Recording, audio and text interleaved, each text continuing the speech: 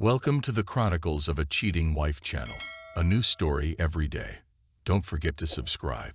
While my peers burned their youth in clubs and bars, I studied and developed.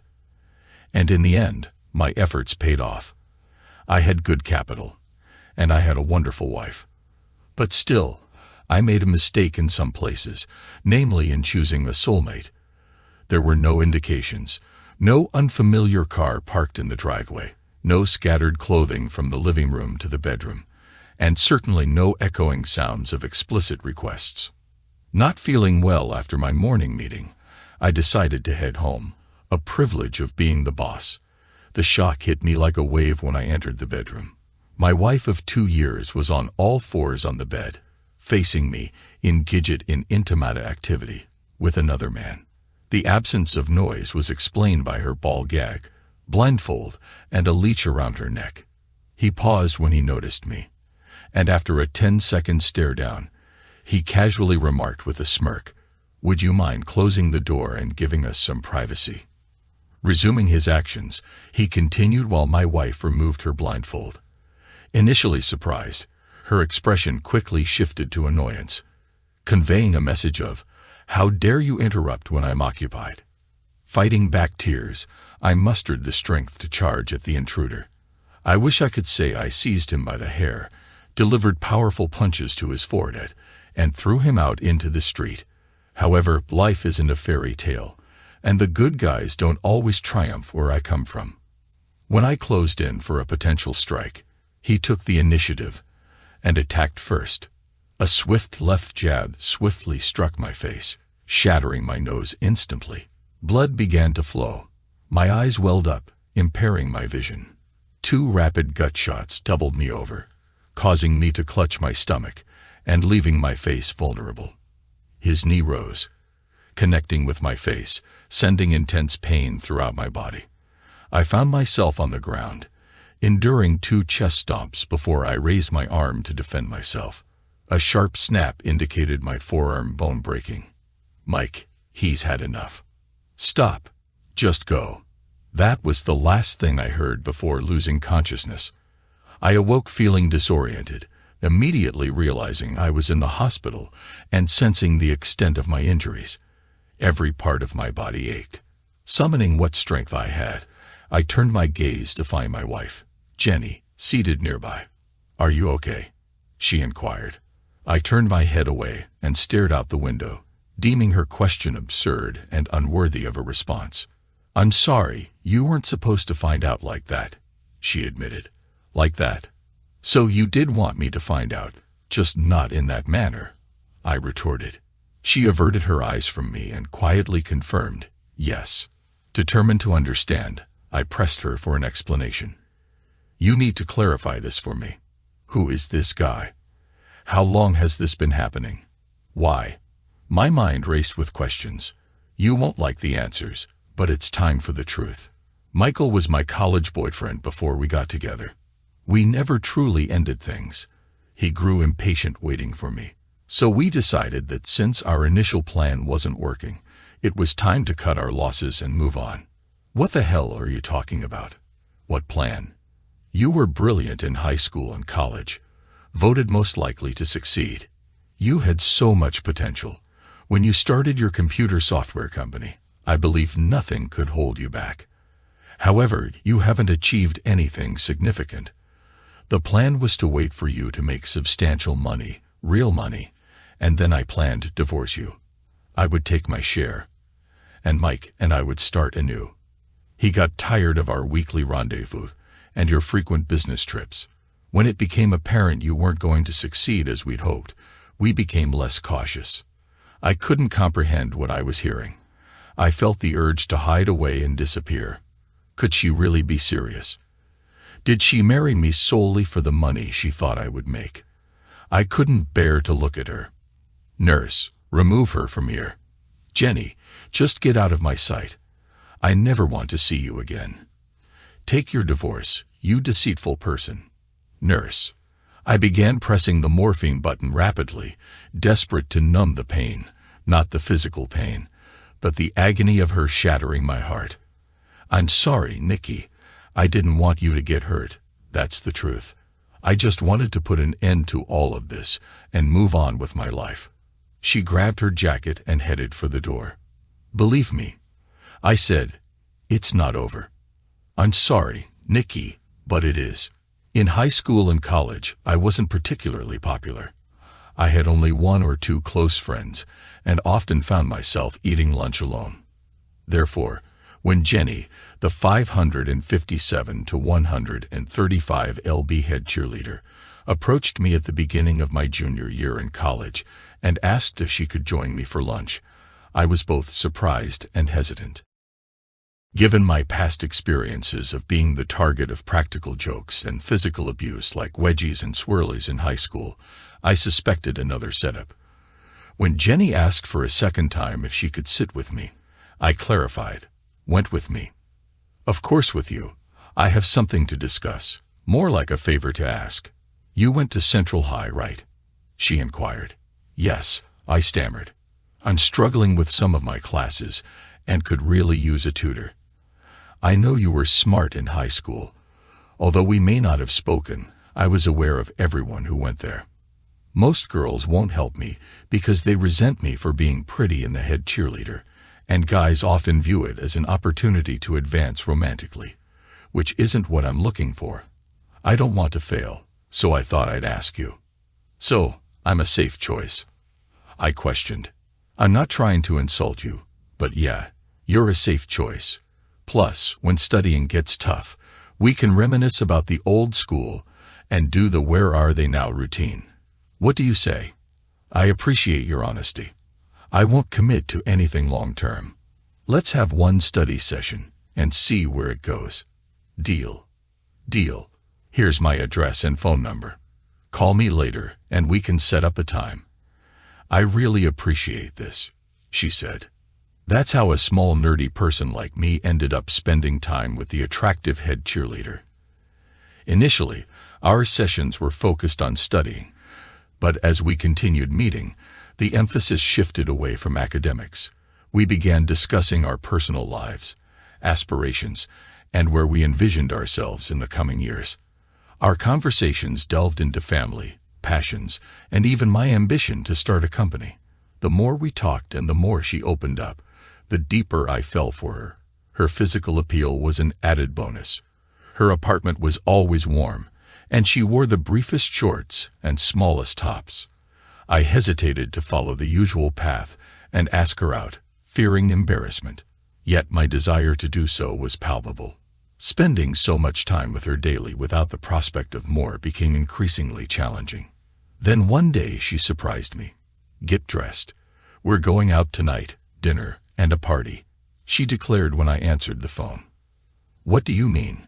I inquired. "I'm taking you on a date.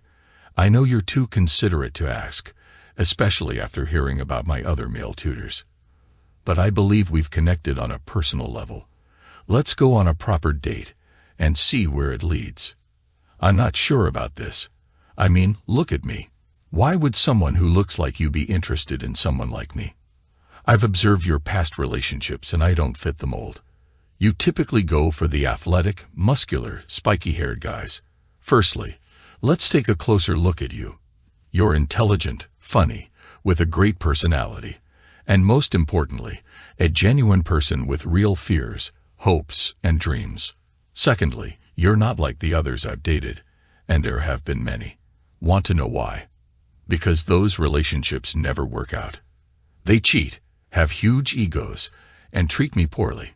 It's time for me to broaden my horizons and look beyond my usual type to find a meaningful connection." She had a point, so we headed to dinner. We attracted quite a few stares when we entered the restaurant hand in hand. People marveled at her stunning looks and wondered how I managed to score a date with her. Dinner went relatively well. She flirted and touched a bit, and I was nervously trying not to embarrass myself. While waiting for the check, she reassured me. "There's no need to be so nervous. If we don't click, we can still be friends. You won't be any worse off than you were yesterday, having lost nothing. But if you relax and we do hit it off, just imagine what you could gain." Once again, she had me in a bind. We arrived at the party, and she introduced me to some of her friends. Strangely, there were no strange glances, no lingering stares, and no hostility from her friends. I connected well with two girls and a guy who, like me, were avid movie enthusiasts. Then came the moment I had been dreading all night. A heavily built linebacker was heading straight for Jenny. My heart leaped into my throat as I struggled to accept the impending loss. "Hey, sweetheart, care to dance?" He slurred, clearly affected by too much beer. "No, thanks. I'm here with a date," she replied, gesturing in my direction. "This guy? You can't be serious." "Of course I'm serious," Jenny asserted. "This guy's a loser. Sooner or later, you'll realize you should be with me. So let's save some time." "Loser? He's here with the head cheerleader. You'll get more drunk, watch some gay porn, and pass out." Clearly, we have very different definitions of what a loser is. I couldn't help but let out a giggle. "What on earth are you laughing at just because you brought her here?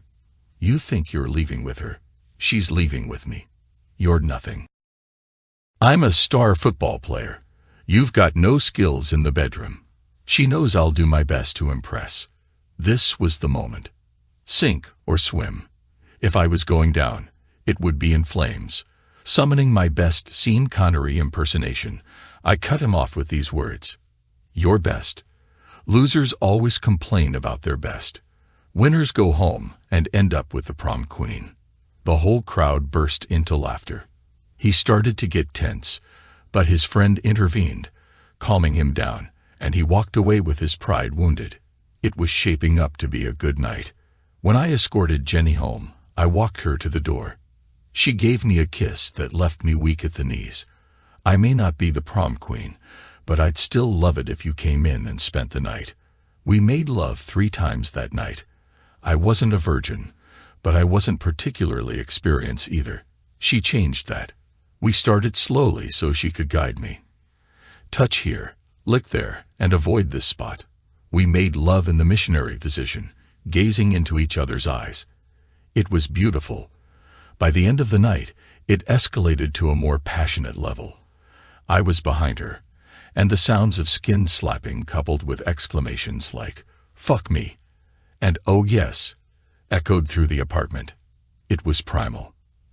At one point, her neighbors banged on the walls because we were so loud. That night marked the beginning of our relationship, and we spent all our time together. She moved in with me 2 months later. 2 years down the line, we experienced an incredible 3-week period. We graduated, got married, embarked on a honeymoon, and upon returning home, I had launched my own business. Life was fantastic. Anthony had a unique way of expressing himself. I anticipated his presence when I regained consciousness for the second time. However, he wouldn't be there at the same time as Jenny. Their mutual dislike was an understatement. He always suspected she had ulterior motives, while she believed I idolized him too much and lived in his shadow. Despite their differences, he genuinely cared for me. When I discussed my plan to start a business, he asked for details, and upon learning I needed a $50,000 loan, promptly arranged the funds without expecting repayment. Instead, he proposed a 20% silent partnership in my venture. While he may not have believed in the business, he believed in me. How bad is it? I didn't inquire the last time I was awake for long. "My entire body is aching," I confided. "It's pretty rough. Broken nose, 2 black eyes, some cuts and bruises. The worst is the broken forearm. The doctor says it'll take about 6 weeks to heal." "Nikki, why didn't you call me? You know I could have helped." "Anthony, I only found out that day. I had no idea, no clue. I must have been blind. There must have been signs." I began to trail off. I anticipated him saying, "I told you so." He had cautioned me about her, but I chose not to heed his advice. After I successfully sold the program, he had a heart-to-heart with me. About a year into running the software company, I developed a noteworthy piece of software, a feature now commonly found in many cell phones. A major cell phone company bought the concept from me. I handed over all the necessary paperwork, receiving an upfront payment of $2.5 million, plus 0.5% for every device sold with my program. My brother, who negotiated the deal, earned $500,000 for his 20%. He urged me to keep the money hidden from Jenny, predicting she would quickly spend it all. But she's my wife. How can I hide money from her? It's simple. I know a bit about banking laws. I can stash it away in an offshore account for you. I'll keep $100,000 in cash in a safety deposit box for emergencies and hide the rest. Not forever, just a few years to see if she proves to be a responsible spouse. Mom and Dad made me promise to look out for you as your older brother. That's all I'm doing. He knew exactly where to strike a chord. I had relied on our parents for advice in such matters until they died in a car accident, making him my go-to. Reluctantly, I agreed to his plan, with the understanding that we wouldn't tell Jenny about the money for 2 years. It was the only time I deceived my wife. Little did I know that less than a year later, I would discover her infidelity. Get dressed. I'm getting you out of this hospital. The ladies will love the look. Nothing like a sympathy fling, Anthony said, tossing me some fresh clothes. No, I got mugged and decided not to surrender my wallet. They got rough. That's the story. No one gets the truth. Besides, the doctor said I couldn't be released any earlier than tomorrow. I explained, feeling a bit disoriented. Just think of it as early parole. As Anthony wheeled me to the hospital's entrance, he helped me to my feet and outlined the plan. Here's the plan. We'll send you away for a while, to let your arm heal. I don't want that woman seeing you around town like this. And then, he abruptly stopped speaking. I glanced upward to discover the direction of his gaze. He was fixed on an imposing figure, a man of considerable stature, standing at an impressive 6 feet 2 inches, weighing around 240 pounds of pure muscle. Dressed in a black suit paired with a black silk t-shirt, he sported a small gold cross hanging from a chain around his neck. With a bald head and a goatee, he stood beside an open back door of a Lincoln Town car, remaining motionless and silent. Anthony's tone turned grave as he declared, "Change of plans. We're heading to see Carmen. When Carmen gives an order, you don't refuse." There are a few key points to understand about my brother. He is likely more intelligent than I am. Physically, he is shorter, standing at around 5'6", and carries some extra weight with a potbelly. He faced frequent bullying in high school, but unlike me, he didn't turn it into motivation for self-improvement. Instead, he used those experiences to take a darker path. While he rarely spoke about it, he occasionally shared some aspects of his life with me, so that I had an understanding of his situation. My brother Anthony utilized his skills in math, finance, and computers for activities outside the bounds of the law. Additionally, he worked for someone named Carmen. I only encountered Carmen once when my brother took me out for a celebratory dinner after closing a deal for a program. We dined at a quaint Italian restaurant off the usual path, where the owner, Carmen, greeted my brother warmly. After introductions, Carmen acknowledged how my brother turned his $25,000 investment into $250,000 legitimately, expressing gratitude and offering us a complimentary meal. Carmen didn't elaborate further and walked away. I recognized Carmen from occasional news coverage with reporters associating him with terms like RICO, racketeering, and most frequently, mafia. It was during this dinner that Anthony revealed his connection to Carmen, though he remained tight-lipped about the nature of his work. Anthony had contacted Carmen to recover money owed to him, seizing the opportunity to share my computer program plan. "Do you believe his computer venture will succeed?" Carmen inquired. "Honestly, Carmen, I don't know, but I trust my brother," Anthony assured him.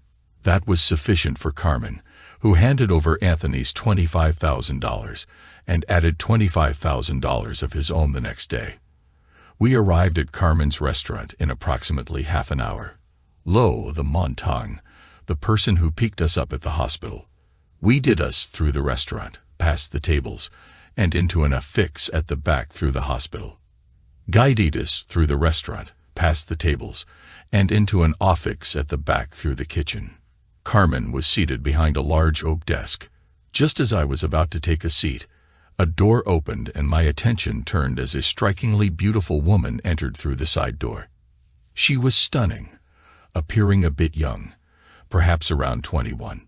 Sporting an hourglass figure with an ample 36C chest, her hostess uniform clung to every curve. I sensed an exotic allure, which I assumed to be Latina rather than Italian. "Hey there," she said. "Don't sit on the chair. Take the couch. It'll be better for your arm." "Can I get you folks something to drink or eat?" she asked, adjusting the pillows next to me to elevate my arm. Despite my expectation of a pitying gaze, none came. "These guys are solid, Becky. Could you give us some privacy?" Carmen said, gesturing towards the door. She swayed as she walked away, and my gaze lingered on her, as I wondered how many times Carmen had taken advantage of that attractive figure on the leather couch I was now sitting on. Once she left, Carmen began, "That's Becky, or Rebecca. She's a good kid who had a tough upbringing. A drunken mom, an abusive dad. I've taken her under my wing. She works here to avoid going home. She asked me not to intervene or make her family disappear. However, I'm determined to ensure she graduates college and builds a better future for herself, pulling her out of that difficult situation." I immediately gained respect for Carmen. He wasn't taking advantage of her, even though he easily could have. Instead, he used his influence to guide her onto a positive path. "So I heard you're facing some issues with women," Carmen remarked, and I shot my brother a disapproving look. "Don't blame him. He didn't inform me. Let me clarify something about your brother. Without delving into specifics, he works for me, and we generate a significant income together. He's an extremely loyal employee, and I value that. He doesn't laugh at my jokes when they're not funny. He doesn't agree with me on baseball predictions, and he voices his opinions, whether they align with mine or not, always respectfully. That's why he's my friend, a genuine one. I appreciate his friendship more than his loyalty as an employee. So when I see my friend going through a tough time like he did the other day when he found out about your situation, I make it my business to find out what's bothering him and offer help in any way I can. Now tell me about Jenny." I recounted the entire story, how we met, the marriage, discovering her infidelity, and her hospital visit. Carmen sat there expressionless, absorbing every detail. It felt liberating to finally share it all. When I finished, he asked, "So, what are you going to do?" "I'm going with Anthony's plan. Lay low for a few months, pop my head up just long enough to sell my business, and then vanish. With the money I've saved up, and the proceeds from the company sale, I could live comfortably somewhere, in the Caribbean." Leaning in, he looked me in the eyes and asked, "But what do you really want to do?" I sighed. "Honestly, I want to make them pay. I want them to feel the way they made me feel," I said, looking down. "Good. Enough of this running away nonsense. Let's work on a plan." I wouldn't even know where to start. She called him Mike. That's all I remember. I couldn't even pick him out of a lineup if I had to. Carmen reached into his desk drawer, pulled out a folder, and tossed it over to me. Carmen informed us about a guy named Mike Downs. He's 6 feet tall, weighs 195 pounds, has brown hair, and works as a mechanic. Interestingly, he attended the same college as both of you, and used to date Jenny before you two got together. It seems like they hatched a plan for her to marry you, and take advantage of your wealth. Mike originally hails from a small town in Arizona, where his mother still resides, and he maintains regular contact with her. Carmen has all the details, including vital information. Armed with pictures, times, and dates, we had everything necessary to strike Mike where it hurts. I already knew Jenny's weak spot. I just needed an opportunity to exploit it. The three of us devised a plan, but we had to wait a few months until my arm healed to put it into action. Now that we've covered that, I need to address a more pressing issue. Becky's performance in her classes is slipping, and I have to find her some help," Carmen stated. "I can assist her without any ulterior motives. If you have space here, I could come over and tutor her. I have a good academic record, and since my arm needs time to heal, I'll need something to occupy my time. My head programmer is handling the office work in my absence, as I can't meet with clients like this." Waiting was bound to be agonizing. I was eager for revenge, but I understood the importance of having both arms ready for the task. At least now I had something to keep me occupied during the waiting period. 3.5 months had passed since I discovered Jenny's betrayal. The house we shared belonged to her parents, so my brother took whatever little I had there while I was hospitalized. I had been away from the house for just 2 days when she moved in with Mike. Their relationship seemed to be thriving, and Jenny had initiated divorce proceedings without knowing about the hidden money. She simply wanted to be free from me. However, their world took a dramatic turn one Friday night as they were leaving for a date. While walking to their car in the driveway, Lou, a massive figure, appeared in front of Mike. "Someone wants to talk to you. My car is over there. Let's go." "Your partner needs to stay here," Lou declared. Mike objected, saying, "Now wait just a second. You can walk with me to the car and sit in the back seat, or I can drag you to the car and you can ride in the trunk. It's your choice, but you're coming with me." Turning to Jenny, Mike advised, "You should stay here. I don't know who this guy is or what he wants. I'm sure it's just a misunderstanding. But if you don't hear from me in 2 hours, call the cops." Lou guided Mike to the same office where I had encountered Carmen before. Lou instructed Mike to take a seat and Carmen continued with his tasks for about 5 minutes, leaving Mike in suspense. Finally, Carmen broke the silence and asked, "Do you recognize who I am?" Mike, breathing heavily, feared he might hyperventilate. "Yes, sir. I know who you are." "Good. That will save us a lot of time. Take this cell phone. Sometime in the next few days it will ring. Only one person has this number. When it rings, answer it and stay on the line until the other person hangs up. Afterward, come here and meet me at noon a week from Sunday. Do you comprehend these instructions?" Mike managed to respond with a barely audible, "Yes." "Good. Any deviation, disclosing our discussion, the cell phone, or anything else to anyone, including your associate, will have consequences. Attempting to flee or leave town will result in severe consequences for both you and her. Is that clear?" Once again, Mike uttered a simple, "Yes." "Good. Now get out of my sight."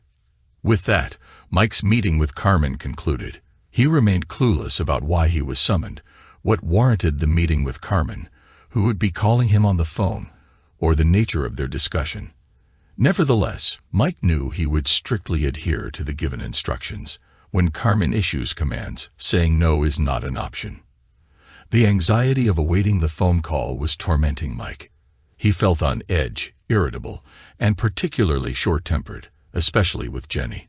Opting for a drink to alleviate the tension, he left her at home and parked outside the bar. Just as he was about to step out of the car, the awaited moment arrived. The phone rang. Answering the call, he greeted with a hesitant, "Hello." On the other end, I instructed him, "Set it up for a video chat." As his face appeared on the screen, he questioned, "Do I know you?" It's no surprise you don't remember. However, I remember it vividly. I am Jenny's soon-to-be ex-husband, I revealed. "Shit," he exclaimed, realizing that this call was not going to bode well for him. Thoughts raced through his mind. How did Nikki know Carmen? What awaited him in their plans? Numerous questions flooded Mike's thoughts and panic began to take hold. "I want to show you something," I continued.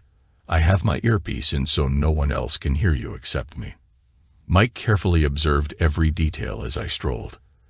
The fleeting glances he gave suggested that I was in a location he recognized but couldn't quite identify.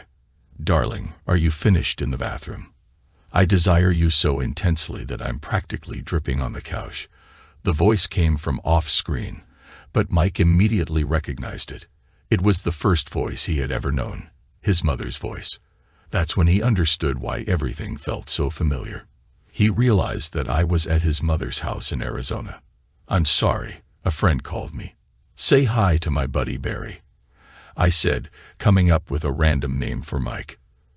"You son of a bitch," was all Mike could say when I switched the viewing mode on my phone so he could see his mother, but she couldn't see him. She was sitting on the couch and twiddling her finger, waiting for me. She was wearing knee socks and high heels, and nothing else. "Barry is a pervert, just like us. He likes to watch, don't you, Barry? Why don't you get down on all fours to show Barry what a great ass you have? Barry, your friend and I have been engaged in this all day, and he was a surprise in store for me. Do you appreciate my physique, Barry?" his mother inquired, turning around and leaning over the back of the sofa. "Hey, why not let Barry choose what he'd like to witness? Barry, would you prefer to observe us in action, or would you rather watch her take in my instrument?" I suggested. "Please don't go through with this," Mike pleaded. He's finding it challenging to decide. He desires to witness both, so he's having trouble making up his mind. What are your thoughts? "I think my kitty could use one more rough time, but I really like playing your musical instrument, sir," she sighed. "Kitty," Mike finally said. "Barry is quite enterprising. He has made his decision. Open. He wants to see me work out with you." "What the hell is going on?" Mike exclaimed. "I only tried it once, and it was very painful." "Just take your time," she said. When Mike entered our lunch meeting, he was visibly angry with me. If we hadn't been at Carmen's place, he might have gone so far as to injure himself trying to confront me physically. He was aware of the inappropriate setting for such behavior and had pressing questions on his mind. The moment he took his seat, he demanded, "I want to know how you managed to get her." I replied, "A fair question." I orchestrated the situation. Interestingly, her best friend betrayed her for a mere $10,000. This friend divulged everything about your mother, where to meet her, her interests, and the psychological triggers to pique her curiosity. Every dollar spent was worthwhile. Turns out your mom was quite receptive to a man in town for business only temporarily. What's next? Now, we're square for you betraying my trust with my wife. Unwilling to overlook the financial aspect. Greed tends to cloud judgment. I'm also not holding a grudge over the physical altercation. I initiated the confrontation, and I doubt you would have interrupted your affair to come after me. So in a way I brought that upon myself. Okay, he conceded, rising to leave. We may be even on that front, but there are other matters we need to address. Sit back down. I have a surprise for your mother that I need to share with you. Reluctantly, he returned to his seat, staring at me with an unmistakable glare of resentment. It appears that your mother's acquaintance was correct. Your mom did confide in a stranger, thinking that the person was leaving town for good. On the night of the phone call, which by the way marked the fourth occasion I was intimate with your mom, we engaged in a conversation after our encounter. During our talk, we delved into fantasies, and she initially hesitated. However, I suggested that a stranger, free from any judgment or chance encounters at the local supermarket, would be ideal for bringing her fantasies to life. She was concerned about potential judgment from me, but I assured her otherwise, and she eventually opened up to me. Her two main fantasies were to be intimate with a man of color and to have multiple partners simultaneously. I informed her that I had some colleagues with me on the trip who could assist with fulfilling those desires. When the doorbell rang, 4 men, all of whom were black, arrived, and they engaged with her for approximately 5 hours that night. He was disheartened but not defeated. "Nonsense," he exclaimed. "It must be false." I retrieved the remote from the desk and pressed play. The room was filled with explicit sounds, including phrases like, "Oh God, I love your big black cock," and "Make me your little white whore." After enduring about 30 seconds, I swiftly pressed stop. Despite being physically worn out, he remained resilient. "You're going to do something for me," I asserted. "Fuck you. Why would I do anything for you after this?" he retorted. Because if you refuse, copies of this DVD will be sent to everyone in your mom's town in Arizona. Her family, friends, co-workers, and the people at the charity where she volunteers will all receive it. I could have targeted you, but that wouldn't have had any impact. I had to go after someone you genuinely care about. You brought this upon yourself, leaving me no choice. If you comply with my request, both the original and the copy in my possession will be destroyed. And there it was, the expression I had anticipated. He appeared defeated. How can I trust that you won't keep any copies or actually destroy the originals as you claim? I can't trust you, he questioned. You can trust that they will be destroyed because I give you my word, Carmen assured. Apparently satisfied, Mike ceased his attempts to argue.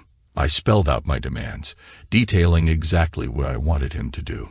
I informed him that once the task was completed, he could visit me at my apartment. Is that all? Can I go? Mike inquired. One more thing after completing this task. You leave town and don't return. Don't inform anyone about your departure or the reason, especially Jenny. I believe it's in everyone's best interest this way, Carmen declared. Mike agreed, realizing that when Carmen makes a request, saying no is not an option. About 7 weeks later, my doorbell rang, and upon opening it, I found Mike standing there. It's done, he declared. I handed the disc over to Carmen. I have an 11 a.m. flight out of here tomorrow morning. That should give me enough time to pack my belongings after Jenny leaves for work and still catch the flight. All right, Mike. You've held up your end of the bargain, and I'll do the same. I'll visit Carmen today and instruct him to dispose of both the original and the copies of your mom's DVD. He's had them since the day we met at his office. You know how they say that women tend to date men resembling their fathers. I suppose it makes sense that men end up dating women similar to their mothers.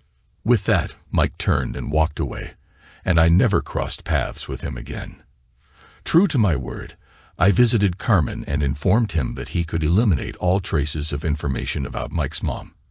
Carmen assured me that he would keep the disc Mike handed him until the right time, adding that I didn't need to view its contents. He also inquired if there was anything else I needed. I've secured a buyer for my company, a reputable individual. He's agreed to retain all my current employees for at least a year with the evaluations to follow. This commitment is even included in the contract. Consequently, you can expect a check for your 10%. Additionally, the sales of those cell phones are picking up, so we should start receiving payments for those too. Good. Now, there's something I need to discuss with you. Becky approached me yesterday. How did her grades turn out? I inquired. They went well. Thanks to your assistance, she'll be graduating on time this June, but that's not the point of discussion. She told me she would never pry into my business, but she needed to understand what exactly you do for me.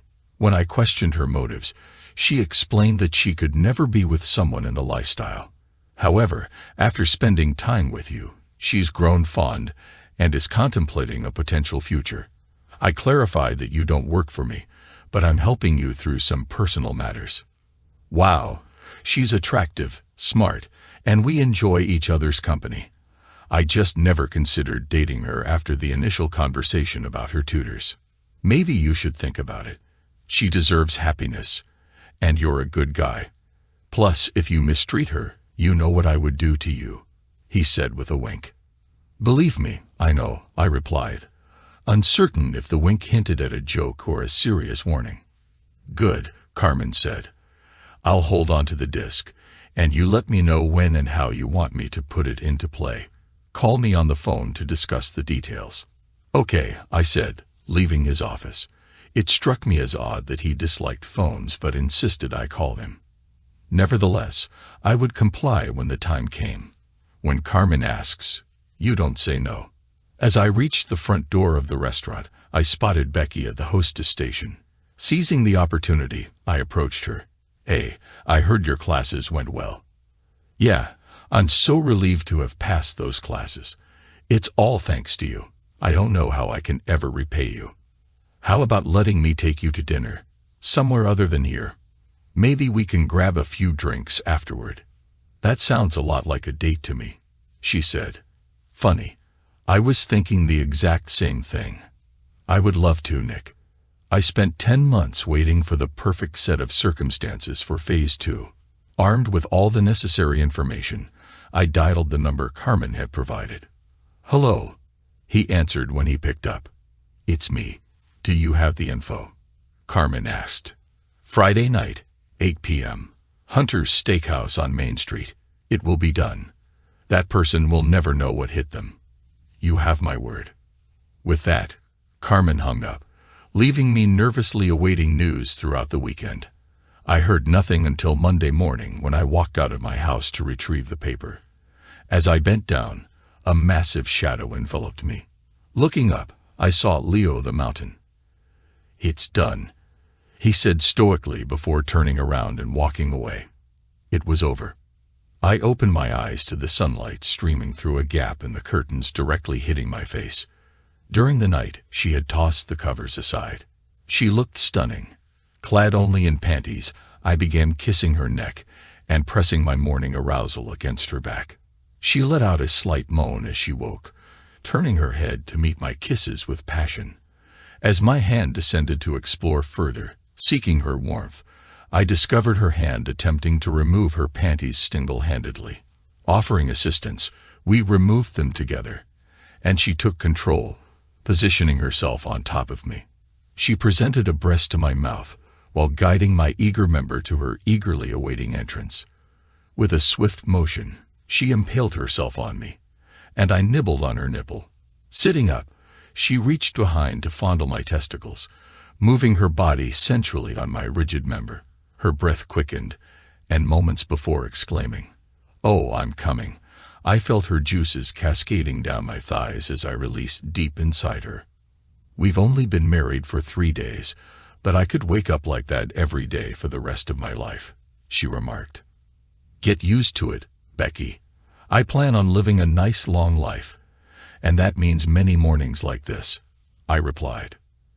It had been 2 years since I discovered Jenny's infidelity, and only 3 days since I married Becky. We waited until she finished school and settled into her career before taking the plunge. As I admired her putting her panties back on, I couldn't help but feel fortunate. Out of nowhere, a knock echoed at the door. Who disturbs a recently married couple at 9 in the morning on the 3rd day of their honeymoon in Hawaii? I'll handle it, she said, wrapping herself in a robe. Upon opening the door, she discovered a bellboy with a room service breakfast cart. Oh my goodness, this is so thoughtful of you, Nikki, she exclaimed. I wish I could take credit, but it wasn't me, I confessed. The bellhop explained, I was instructed to deliver this breakfast to you along with this. It will clarify everything. After giving him a $20 tip, I closed the door behind him and wheeled the cart to the small dining table. We began eating as I opened the package, which contained a DVD, 5 numbered smaller envelopes, and a larger one labeled Read Me First. I opened it and read aloud to my new bride. Congratulations to the newlyweds. I must apologize for not being able to attend the wedding. I knew you both desired an intimate ceremony, and I believe my presence would have brought unwanted attention and distraction to your special day. I always wished the best for you, Becky, and thought staying home would ensure your wedding day was as perfect as possible. Visit the restaurant when you return. I have a nice gift for both of you. Becky, I need you to give Nikki some privacy for approximately half an hour. There are important contents in those envelopes and on the DVD that I want him to go through. Nick, insert the DVD and open the envelope labeled number 1 when you're alone. With affection, Carmen. She planted a kiss on my forehead, mentioned she was heading for a shower, and informed me that once I was finished, we would relax by the pool and enjoy a couple of Mai Tais. After she left, I followed the instructions, inserted the DVD, and opened envelope number 1. The instructions are straightforward. Play the DVD, and when you encounter a screen prompting you to read envelope number blank, pause the video, read the corresponding envelope, and then resume by pressing play. If you're ready, Go ahead and hit play. I was completely speechless when I pressed play. Not only did I have no clue about the content of the DVD, but I also found the whole situation quite unexpected for Carmen. I prepared myself for whatever might unfold on the screen. The DVD commenced with a white screen and black lettering that read, "Frank and Anna's 30th wedding anniversary." A black and white security camera feed from Hunter's Steakhouse appeared. Frank and Anna were Jenny's parents, and I had heard that she was organizing a grand celebration for them. She had invited all her family and friends. Having waited patiently, I sensed that this was the ideal moment for the second phase of my revenge. A cheerful scene filled the screen, capturing people toasting, laughing, and enjoying themselves. Although there was no audio, the picture quality was impeccable. It seemed like Jenny was delivering a speech. Then a message appeared on the screen. "Read envelope 2. I pressed pause and began to read. Jenny had chosen this moment to express gratitude to everyone for attending. She had prepared a video honoring her parents and a photo slideshow commemorating their 30 years together. Unfortunately for her, she decided to betray you. So we had different plans for what her guests would see. I resumed playing, and the screen displayed a large TV being wheeled to the front of the room. A series of screenshots set up the video, stating, "Jenny loves her parents. Jenny wants to celebrate their love for each other." You could see the puzzled expression on Jenny's face as she began to look around. She knew that the video being played did not belong to her and looked around the crowd, hoping to identify any faces that could show who had improved her video. The footage has been preserved. But what does Jenny understand about love when she leads her husband for such activities? The TV at the steakhouse started showing scenes where Johnny is having fun with 5 black people. You get the sense. It was only then that I realized the nature of what I had witnessed when the message, "Read envelope 2 continued," appeared on the DVD screen. Clearly, Michael performed exceptionally well. With the help of a few drinks and some medication, Jenny was in high spirits for the date, proving unstoppable. Michael escorted her to a nearby hotel where they shared an intimate moment. Later, he arranged for others to join and fulfill the desires. According to him, the entire experience lasted over 3 hours, but we've condensed the video to around 15 minutes, focusing mainly on instances when she was involved with multiple partners. I pressed play again. The expression on her family's faces justified the considerable expense. Guests and hands covering mouths filled the room as Jenny turned away, sobbing. Some guests even dropped their toasting glasses. Within 10 seconds, the place was swarmed by the FBI. I was bewildered and unaware of the unfolding situation. The screen displayed the message, "Read envelope 3. Surprisingly, it turned out that my phone was bugged by the FBI. It seemed that following our phone conversation, they'd mistakenly believed I was planning something sinister at the steakhouse.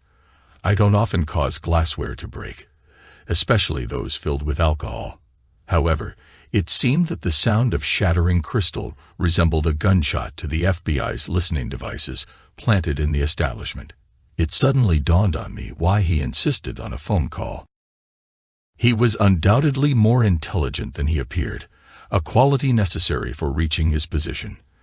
On the screen, the federal agents were apprehending people just as Jenny's Uncle Ernie clutched his chest and collapsed. I always liked her Uncle Ernie.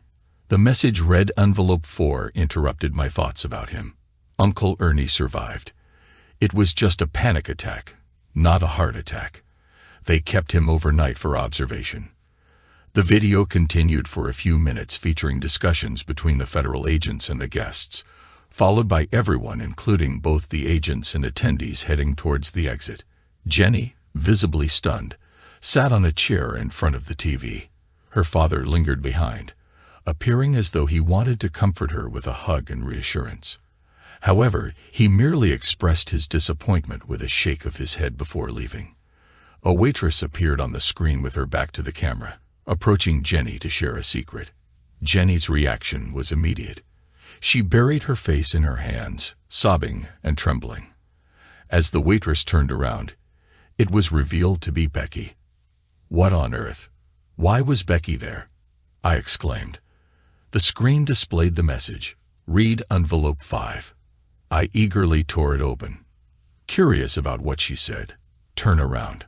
I spun around, and there stood Becky, wrapped in a towel around her body and another around her hair, sporting a sly smile on her lips. What did you tell her? I asked, my impatience evident. I told her Nikki said now it's over, she replied. I rose from my seat, approached her, and embraced her warmly, sealing the moment with a passionate kiss. Cradling her in my arms for a good 5 minutes, I finally expressed my feelings. I love you deeply, she responded. You better, because you're stuck with me. I don't let anyone mess with the people I care about, even if she did wrong before you and I crossed paths. I seized the opportunity when I overheard Carmen and Anthony discussing the need for someone on the inside to handle the DVD switch and deliver the message. Becky said, curious, when did you get involved in all of this? Carmen shared the whole story when I approached him to find out what you did for him. He mentioned helping you through personal challenges, and since I had feelings for you, I needed to understand what I was getting into. They spilled all the details. Once we're back from the honeymoon, we should visit Carmen's.